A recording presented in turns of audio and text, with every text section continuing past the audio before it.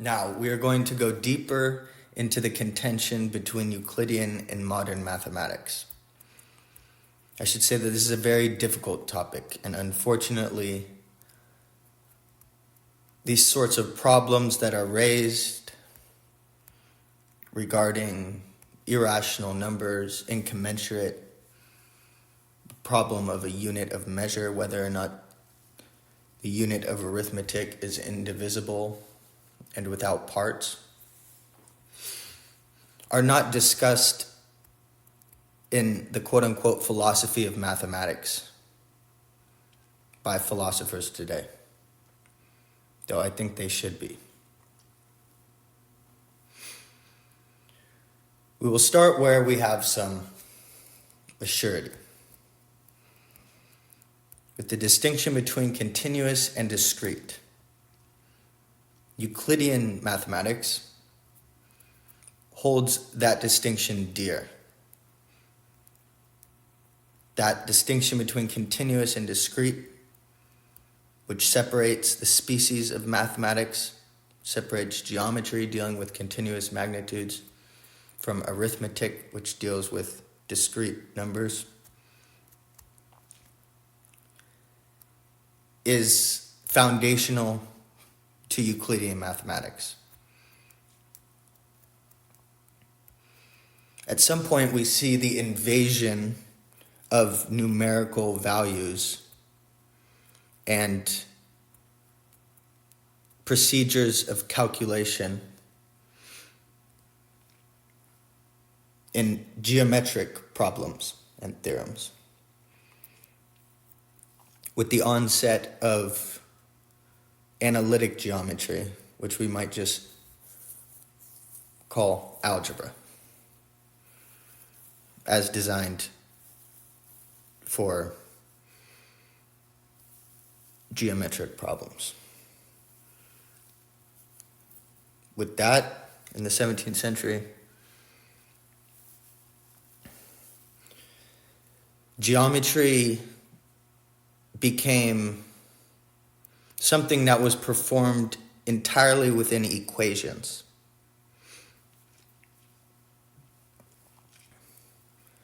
At the same time, the use of equations arose in arithmetic. For in Euclidean arithmetic, we don't find calculations in equations. We find proportions and ratios.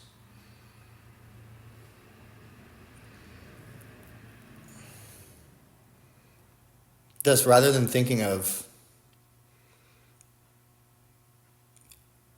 an invasion of numerical values and of arithmetical procedures of calculation into geometry, we might think of algebra and equations invading both geometry and arithmetic.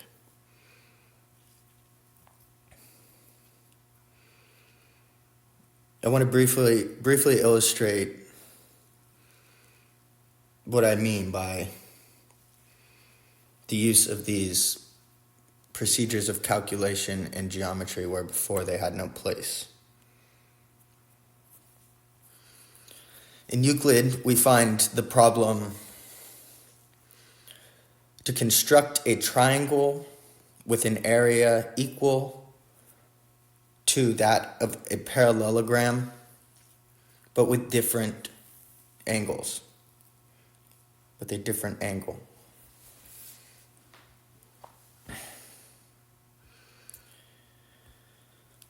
Neither the area of the parallelogram nor the base of the parallelogram nor anything else are given as numerical values. Nor is the area of the triangle to be constructed thought of in any sense as having a numerical value whatsoever in Euclid. Whereas in the algebraic reformulation of that problem, in analytic geometry, in algebra,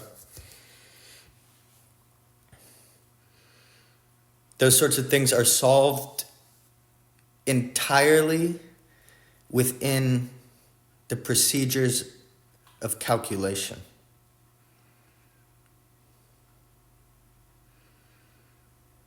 Either the area of the parallelogram has to be given as a numerical value,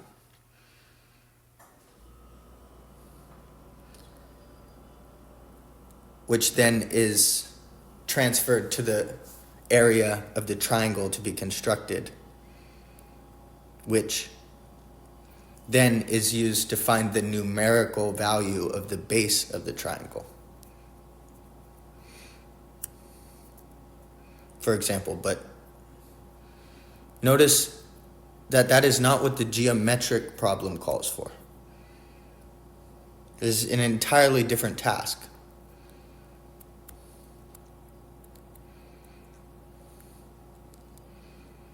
Now you can use the equation that states that the area of a triangle is equal to half the product of its base and height to calculate the numerical value of a triangle. But that would never factor into a geometrical problem, not in Euclid at least.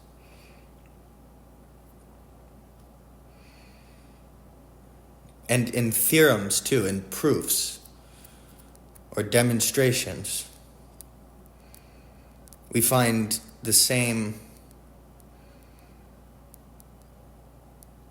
substratum of equations. For a figure, a shape, such as a triangle or a parallelogram or anything else, or a rectangle, can only enter into an algebraic equation insofar as it is conceived as an area of numerical value reached by multiplying two lines. A shape can only be considered algebraically, can only hold a place in an equation insofar as it is conceived not really as a shape, but as a quantitative area. That is the product of the multiplication of two numerical values, which are the lines of some figure.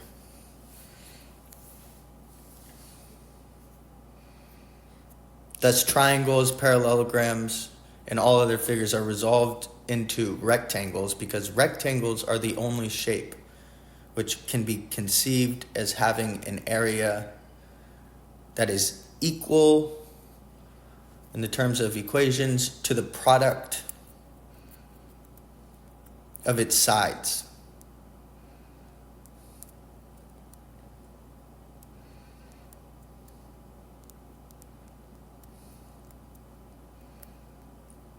Whereas a similar proof in Euclid's version of proving something of a similar sort, would reference the equal areas of parallelograms, for example, by virtue of the fact that parallel lines have certain properties when a line intersects them, such as that the alternate angles are equal, the interior to the exterior. And then, by a couple other steps, the areas of those figures can be proven to be equal. Whereas the algebraic formulation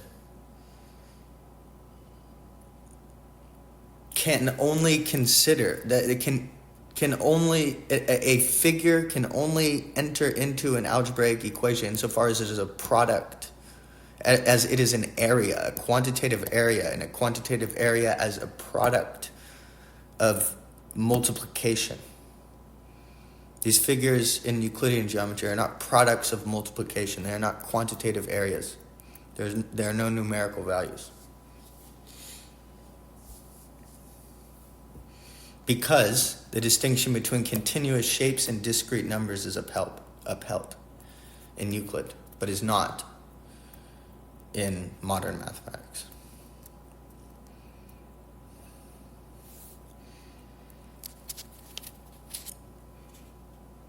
There's much to say about that, but in order not to diverge, I want to restrict this part to that distinction alone, without going into any other issues that might arise by conceiving of working entirely within equations when dealing with geometry, in the algebraization of geometry. There are certain problems that arise. There are ways to question whether or not those are proofs. There are ways to question whether or not the same procedures of manipulating an equation, the rules for manipulating equations, whether they're inferences of pure reason, whether they're arguments. But I will leave that off.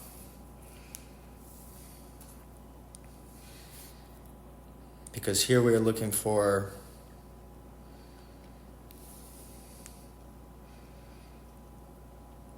the other points of contention, perhaps why continuous and discrete cease to hold as distinct species of mathematics.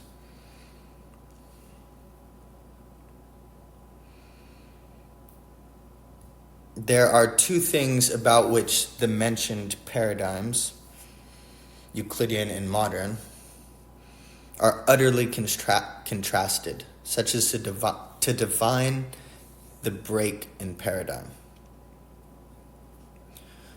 There are two rules in Euclidean arithmetic that are thought by moderns to be arbitrary and even naive restrictions,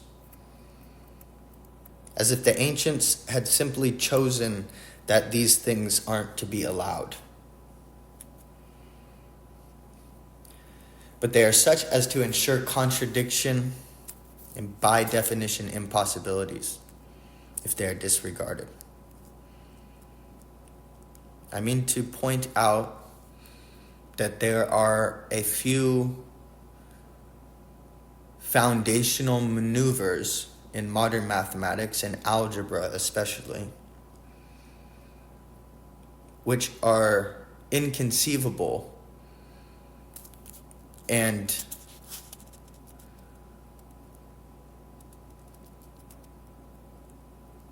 literally speaking impossible in Euclidean mathematics, and that those appear as arbitrary restrictions to the moderns.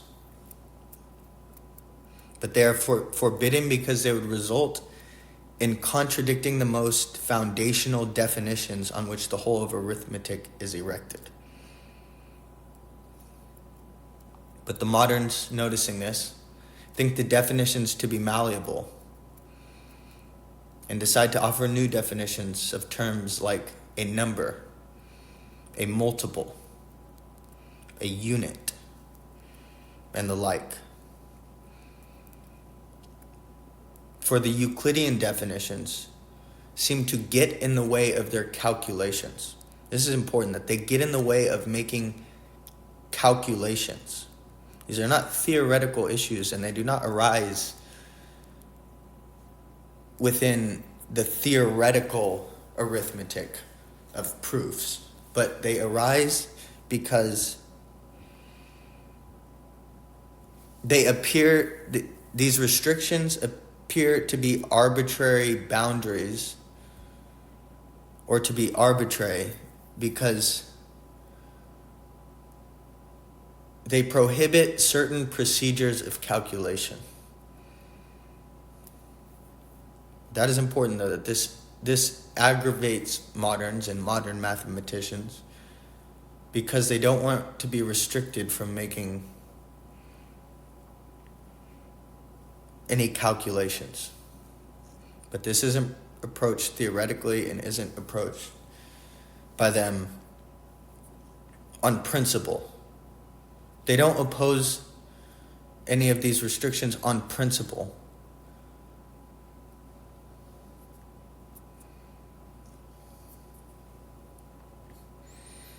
I should explain what I mean by these restrictions.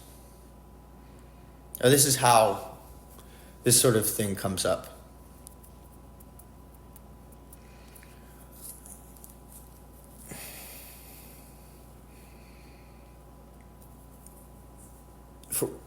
The moderns might think, why should not the division of an odd number in half be permitted?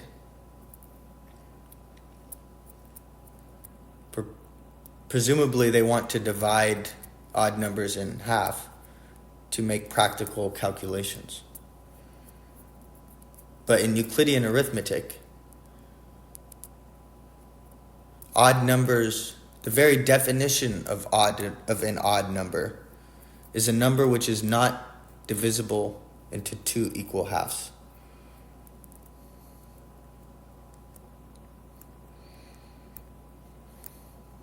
To divide an odd number into two equal halves is, strictly speaking, impossible according to the definition of odd numbers. And because then the unit would no longer be indivisible and without parts. For dividing an odd number in half, which at face value is impossible,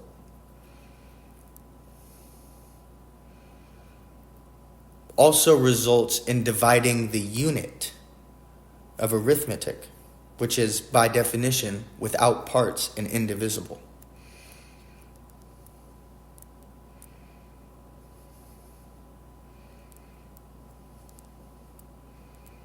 Those sort of restrictions seem to get in the way of their calculations. And we don't see those points contended on principle. Mathematicians never argued that the unit of arithmetic is divisible or is not without parts.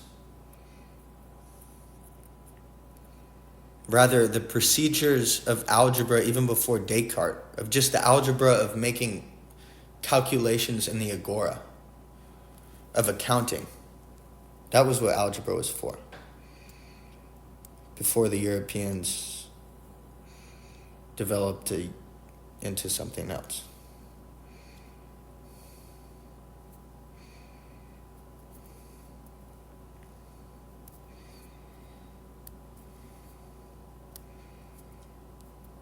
For to divide an odd number into equal halves would be to contradict the definition of odd numbers as not divisible into equal halves, and to contradict the definition of a unit which is not divisible and does not have parts. Those sorts of procedures have no place in Euclid. We don't find anything of the sort. There are no fractions in arithmetic. Not even fractions. We haven't even gotten to irrational numbers. There aren't even fractions in Euclidean arithmetic or in Pythagorean arithmetic, which is what this sort of thing should seem like.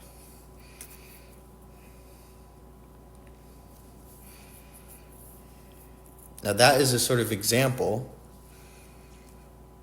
of how Euclidean arithmetic poses restrictions to calculation, because this is a science of discrete numerals. Discrete numerals have no interval. They're not like lines, which can be divided ad infinitum into smaller and smaller lines. There's a smallest unit out of which multiples, numbers which are multiples of the unit and multiples of other numbers, are thought of as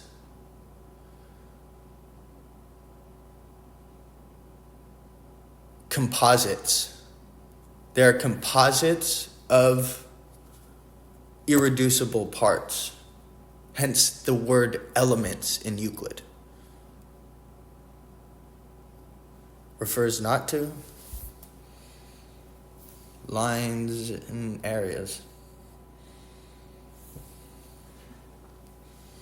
It refers to parts that are irreducible and logically prior, out of which things more composite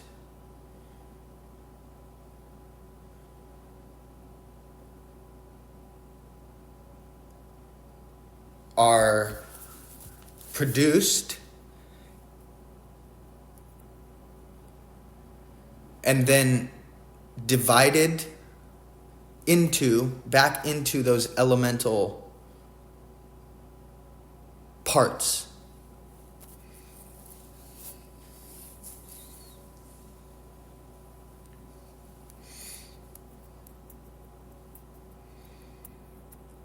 For now, the two rules which are deemed inconvenient for calculations should be stated.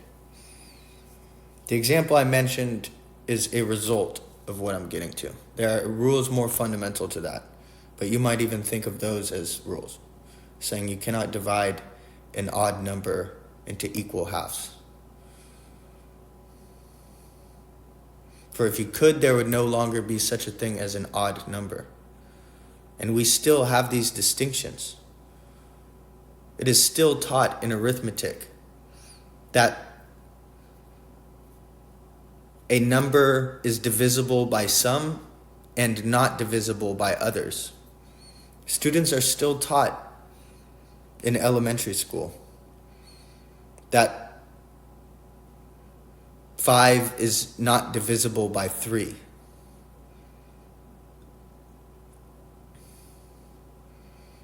And that 5 is not divisible by anything. For to divide 5 into 1 would be to not divide 5. 5 would not then be divided. Can 5 then be divided into 5? That is not our immediate concern. But these distinctions are taught between odd and even, for example. Plato defined arithmetic in a variety of places as the science of the odd and even.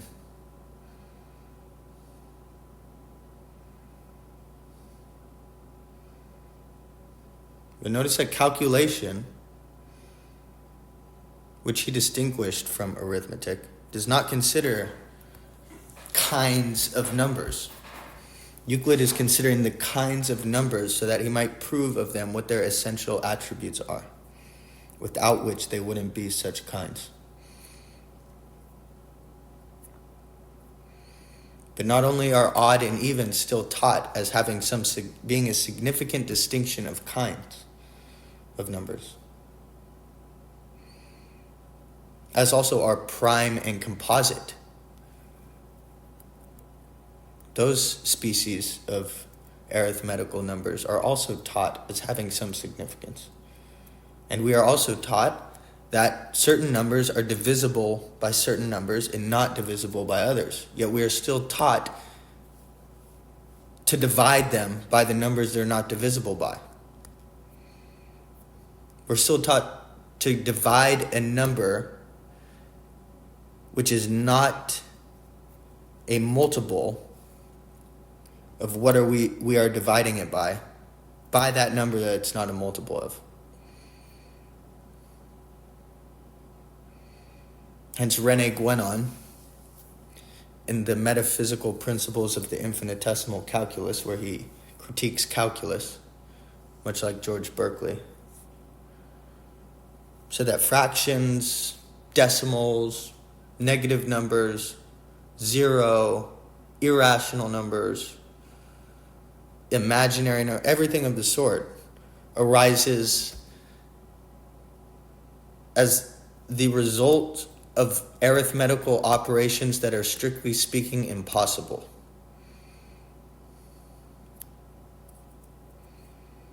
it is strictly speaking impossible to divide a number that is not a multiple of the number it is to be divided by that number.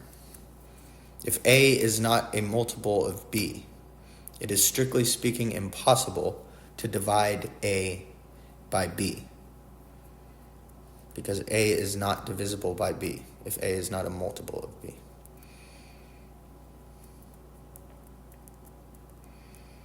Yet students are then still taught, in the face of contradiction,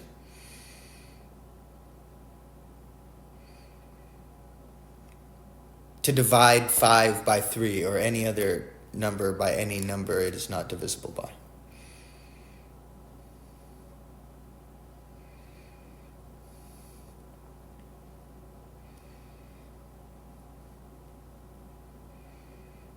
Or to make fractions of the unit of arithmetic, which is not divisible, which doesn't have parts.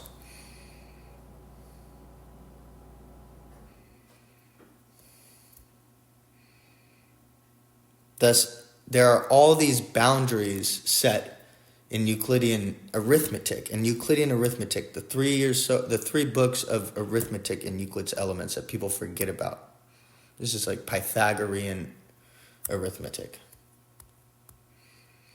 and not the vulgar, popular kind.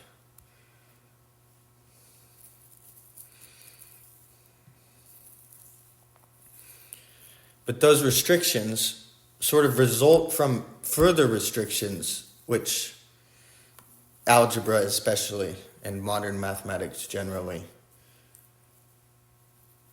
cannot but violate.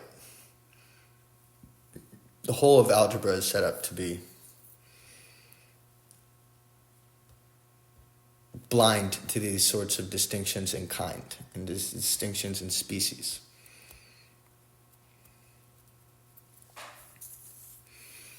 And what is curious is that just as to regard them, just as to disregard these,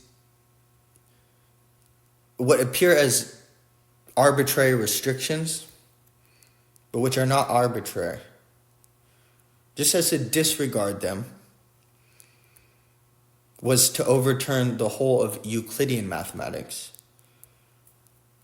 and put in its place algebra and the infinitesimal calculus, so also and equally to reinstate them would be to overturn the whole of algebra through and through.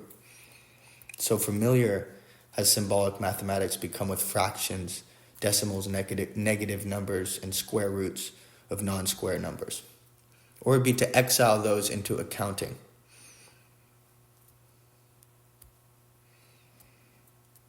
Those sorts of things, fractions, decimals, they always had a place in accounting. The ancient Greeks knew about fractions, and they could divide numbers that were not multiples of the divisor.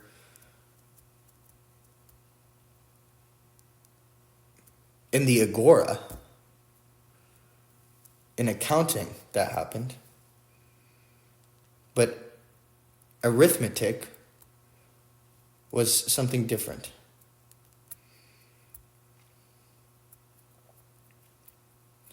The first of these sort of restrictions, I should call them decrees. I like to call them decrees because these are like laws, but as they look at Euclid as somebody who's imposing upon them restrictions, I like to just accept that they're just decrees. Now, I think they're natural laws, but I like to call them decrees. They're Euclid's decrees. The first regards incommensurate magnitudes, that there is no ratio between incommensurate magnitudes as there is between any two numbers. If two magnitudes, two lines, or two surfaces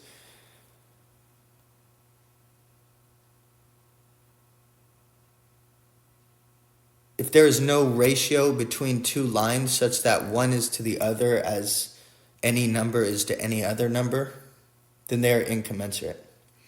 But notice that incommensurates are defined in the domain of continuous magnitudes. Euclid defines incommensurate magnitudes. This isn't part of his arithmetic, but these problems come up in the sorts of problems I indicated. These sort of things arise in the domain of continuous magnitudes, not in discrete numerals. That would be significant.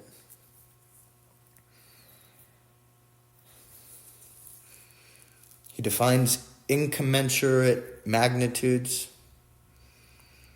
as magnitudes or lines or areas not having a common measure. If one is not to the other as any number is to any other number, then they don't have a common measure. There is no part of either of them which measures the other a certain number of times.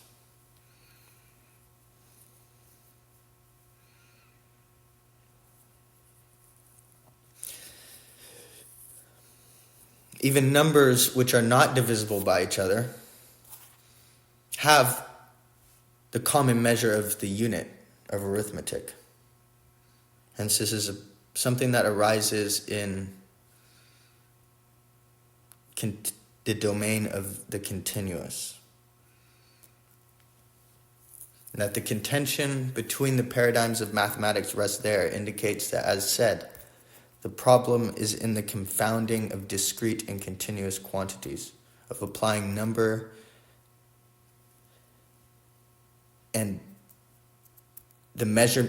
applying number in the measurement and calculations of quantified lengths and areas.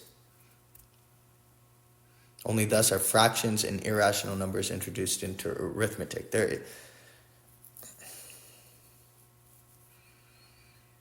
Now, incommensurate magnitudes, I should give an example. The diagonal of a square is incommensurate with its side. The side of a square is incommensurate with the diagonal of a square. There is no ratio between them, such as one is the half or the third or any other part of the other. You cannot find a part of the side of a square, however small you choose, such as you choose perhaps a hundredth part of the side of a square.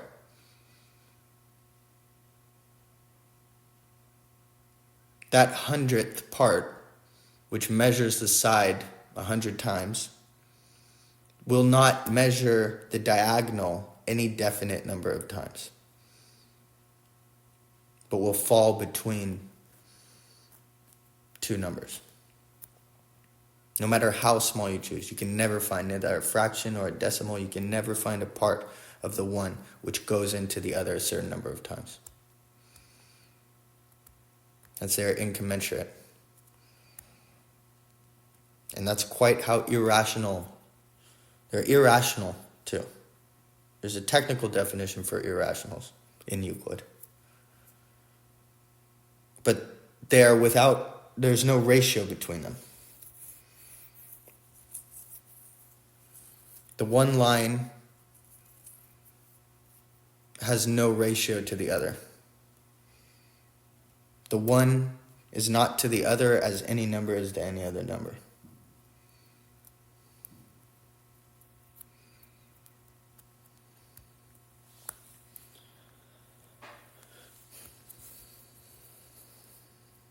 And that is how irrational numbers then arise. There's a sort of reverse process of including in arithmetic the sorts of tools that are required to adapt measurement, which is different than arithmetical numbers, to adapt measurements to continuous magnitudes such as lines and surfaces.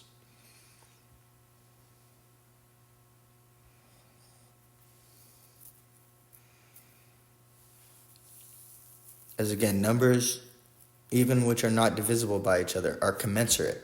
They're both measured by the unit. They have the common measure of the unit. Magnitudes, such as the diagonal of a square, has no common measure. You cannot, this is one of the greatest aporias of the ancient thinkers.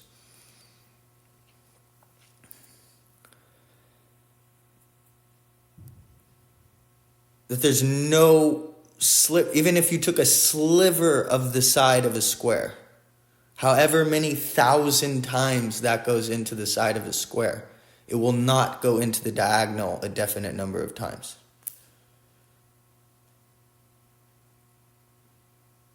And even a sliver of a line is infinitely divisible.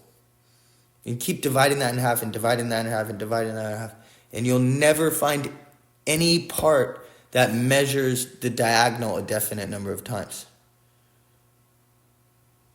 You start with the side of a square, you divide that in half, then you divide the half in half. That then gives you the quarter part. You know that goes into the side 4 times. That will not go into the diagonal a definite number of times. The quarter part of the side. So you divide this quarter part of the side of the square again. Then you have the 1/8 part. That obviously goes into the side 8 times. That will not go into the diagonal a definite number of times. Then you divide that in half. You have the 16th part. You divide that in half. You divide that in half. You could keep going ad infinitum. You could do that forever. You could do that until the heavens stop turning, which is never. You could do that forever and ever. And you would never find a part that goes into the diagonal a definite number of times. They're incommensurate, and there's something deeply significant about that quality, and that arising in lengths and surfaces, or lines and surfaces, and not arising in numbers. But when you try to use numbers to make measurements of these things, to adapt the numbers of arithmetic to lengths and areas,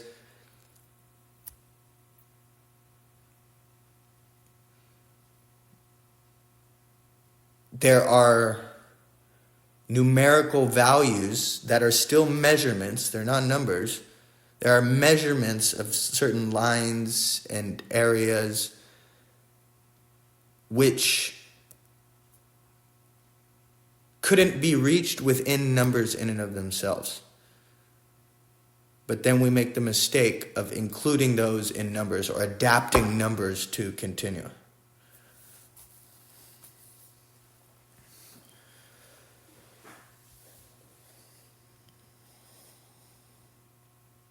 Thus, incommensurates that's a sort of boundary in a few senses. But that concept, at least,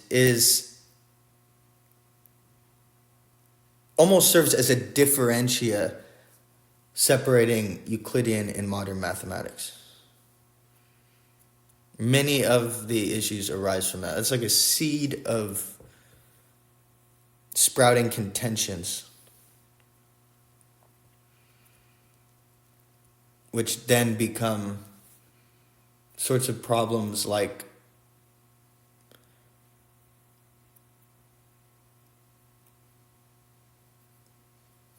refusing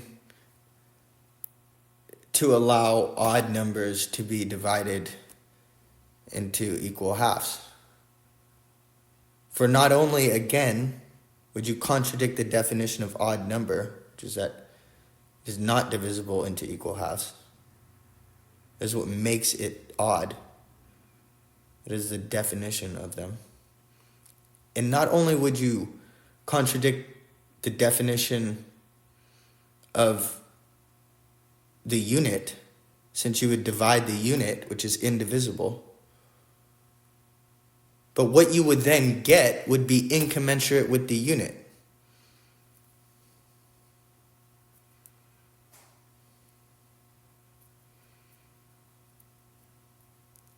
Performing such a calculation would result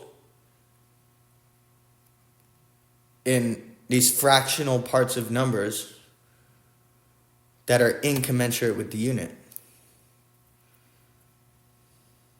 Those incommensurates are a line distinguishing these two paradigms of mathematics.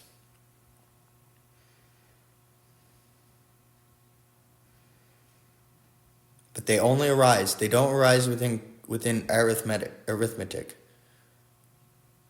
People that restricted themselves to arithmetic did not ever deal with incommensurates.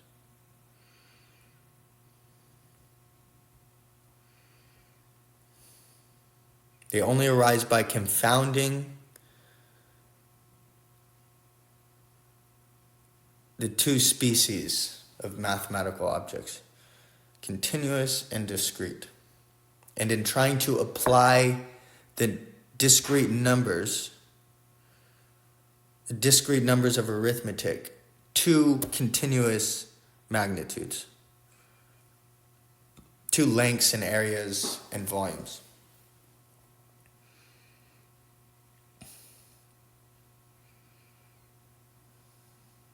And neither of those, the things continuous cannot conform to numerical, discrete,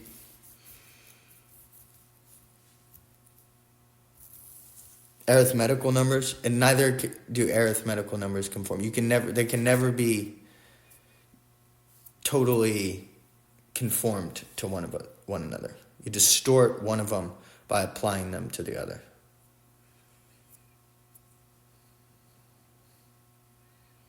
Unless you are aware that what you're doing is merely an application and measurement. That what you're measuring and what you're counting are different from the things you count with.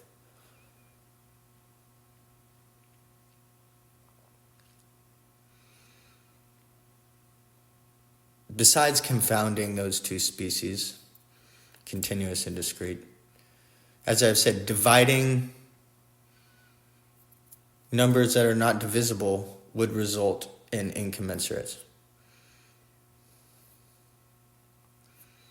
Dividing counted things. This stuff happens in accounting. These get confused too. Arithmetic and accounting. If there's a procedure that's useful in accounting, such as long division, that merely happens to work,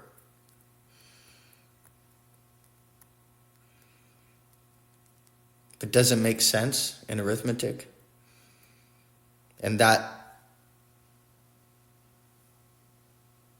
the results and the aspects of that device are then included, and then arithmetical numbers are then adapted to those procedures of accounting, then arithmetic is distorted.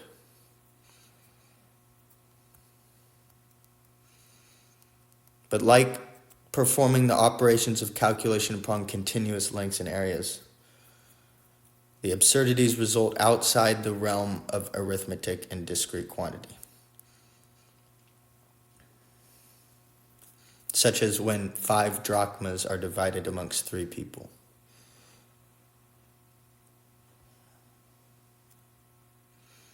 We're not dealing then with numbers themselves, but with counted things, or with measured lengths, which are even more difficulties arise in the second case. Else none would even imagine dividing 5 by 3. And these are not restrictions as if there aren't other difficulties in arithmetic. These actually distract from the real challenges of arithmetic. For although Euclidean arithmetic refuses to allow 5 to be divisible by 3, since odd numbers are not, since 5 is not a multiple of 3, and since then the unit would be divided, but the unit being without parts cannot be divided. Euclidean arithmetic considers their ratio. There are ways to go about these things. There are ways to take arithmetic into more advanced, dare I say, more advanced domains without verging on accounting and the procedures of calculation, which don't have a place in Euclid. Thus, in Euclidean arithmetic, we'd say 5 is not divisible by 3. You cannot divide 5 by 3. And they would think that we're restricting the focus of arithmetic to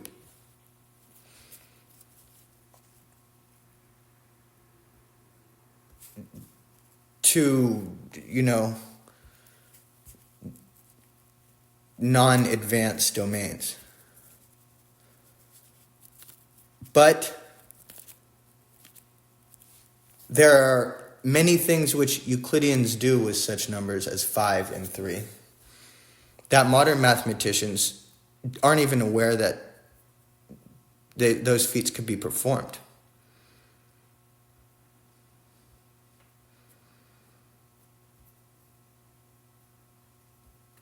Thus, as 5 is to 3, so 20 is to 12.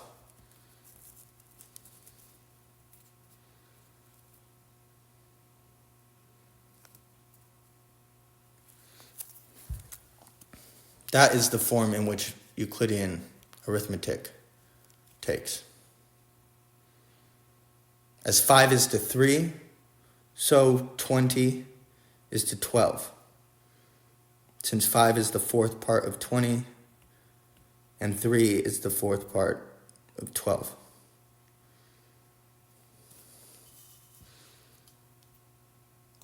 We thus compare ratios and we draw proportions.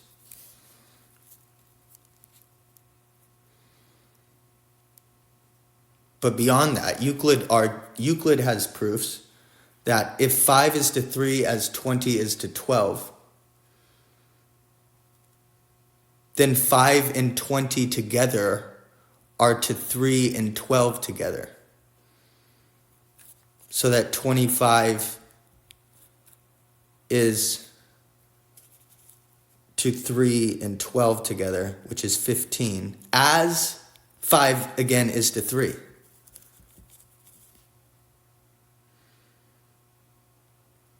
And that holds, since 5 is the fifth part of 25, and 3 is the fifth part of 15.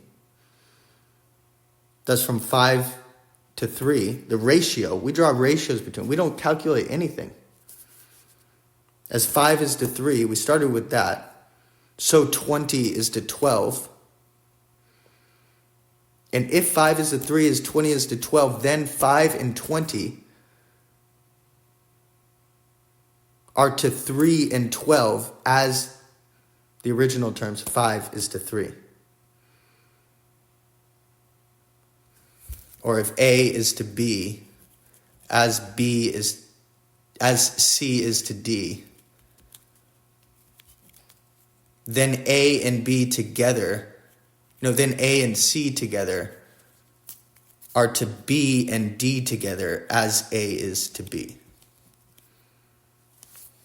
If A is to B as C is to D, then A and C together are to B and D together as the original term, as A is to B.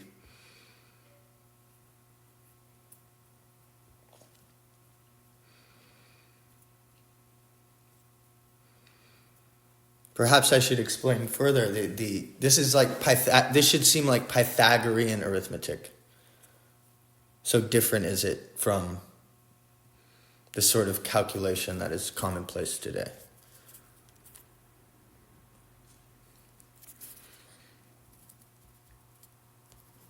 And Euclid proves other things. Like the point is that we don't let you divide 5 by 3, but there is much to do with those that is not reached. None of this is performed in modern mathematics. All we care about are proportions and ratios, proportionate ratios.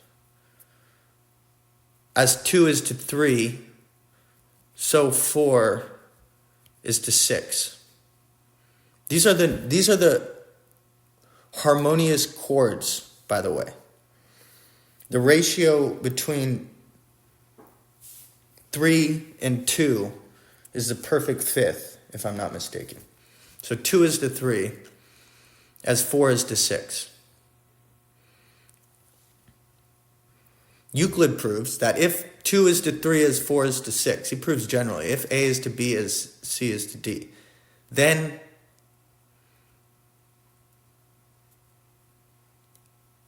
the multiple of the first two terms, 2 and 3, if we call that AB, is a similar number, quote unquote, a similar planar number as the multiple of the second two terms. Thus, since 2 is to 3 as 4 is to 6, the multiple of 2 and 3, which is 6, is a quote unquote similar number to the multiple of 4 and 6, which is 24. Those are similar planar numbers.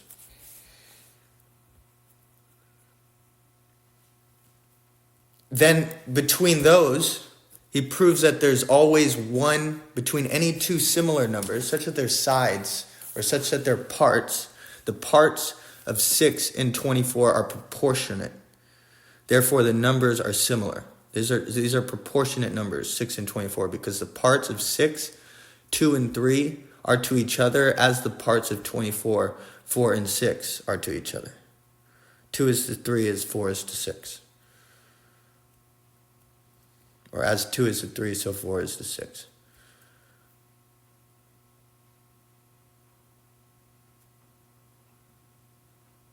Since 2 and 3, the multiple of them is 6, and the multiple of the second two terms is 24, then 6 and 24 are considered proportional or similar numbers.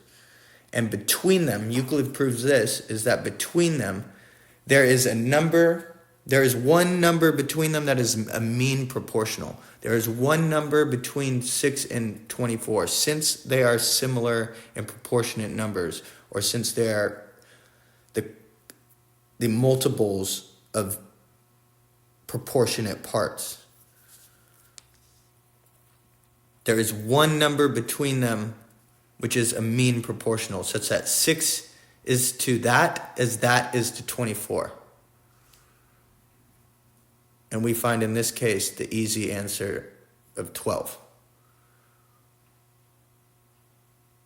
I think. As 6 is to 12,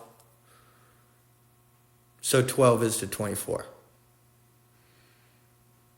And there's only one number between them. Euclid proves that there's always one number between any two proportional or similar numbers such that, and then the ratio will be different. Likewise, between any squares, there is only one mean proportional. As 2 is to 3, so last time we did 4 and 6. So 8 is to 12. Is that right? No. So 9 is to 12. As 2 is to 3.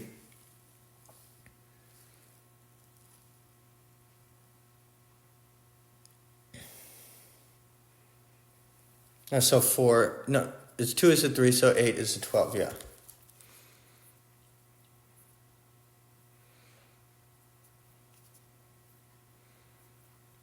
Because 4 goes into 8 twice and goes into 12 3 times.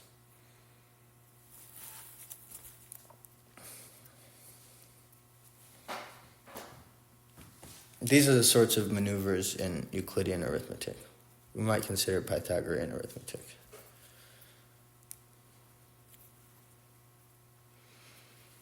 And from that we know that A and C together are to B and D together as A is to B, or as 2 is to 3. So that 8 and 2 together are to 3 and 12 together. That is 10 is to 15 as 2 is to 3. And that holds.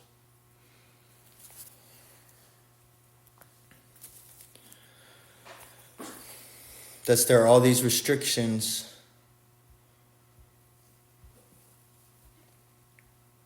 or perceived restrictions where we want to say, no, 3 is not divisible by 2. But we then do other things which are not done in modern mathematics. We use proportions and ratios, the whole of Euclidean arithmetic. It's like that. And they consist of syllogistic proofs. These are just the maneuvers. But they're not calculations in the sense. There are no equations.